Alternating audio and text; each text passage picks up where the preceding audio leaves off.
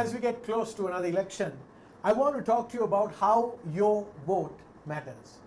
If you fail to vote, you are actually surrendering your responsibility to choose the direction of our country for decades. Your vote will decide the future of your family, your freedom, your life, and the direction of this nation. If you do not vote, you have no right to criticize or complain when decisions are made, and these decisions will impact the lives of all of your children and all those people you care about. Once you have carefully picked the political party, right, that is closest to your convictions and your principles, then please make sure you pick a candidate that is capable and is honorable to lead the coming generations. Many people say that, all 225 parliamentarians must go home. Why? Because they're upset about corruption or unfulfilled promises. But the reality is that parliamentarians didn't put themselves in parliament. You and I did. It is you who has the power to put the right ones in parliament. The truth is that all 25 are not bad. There are some very respectable and capable ones too.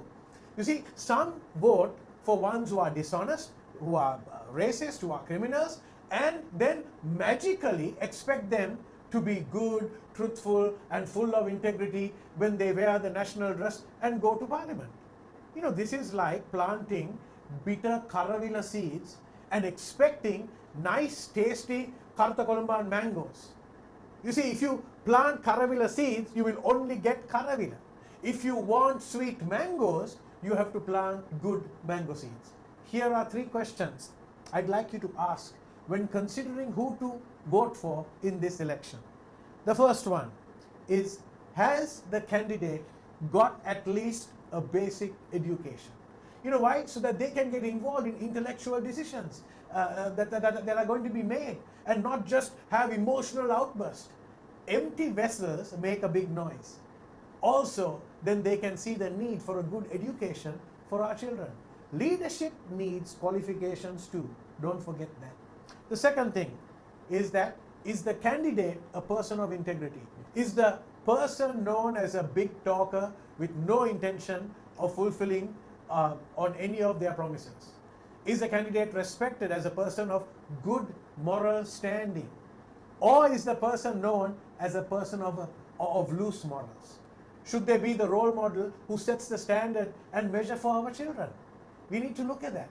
Does the candidate have a current or recent criminal record? When we are so careful not to hire a driver or a domestic worker with a criminal record for the safekeeping of our family, how much more should we be conscious while trying to put someone in a place of power and influence like in parliament? I believe the people who make mistakes should definitely be given a second chance in life, and they need to move on. But only after rehabilitation and also a bit of time is given for change. Thirdly and finally, is the candidate a racist or a hate monger?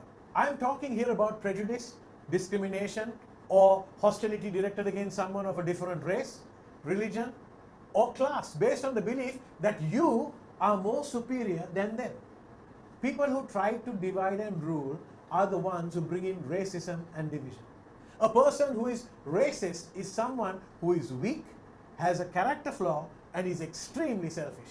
Racism and hate mongering brings hurt, discouragement, depression. If a politician promotes racism and hate mongering, remember, he doesn't care about you. He only cares about himself, and is using this destructive method for temporary personal gain. He will help destroy everybody you love and care for.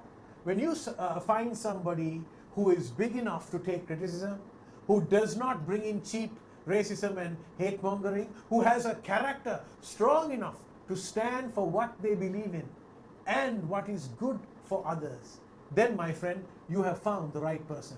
If you vote the right people in today, you and your children will succeed tomorrow. Just think a moment. This is Dishan signing off. Think today for a better tomorrow. After all, today was yesterday's tomorrow.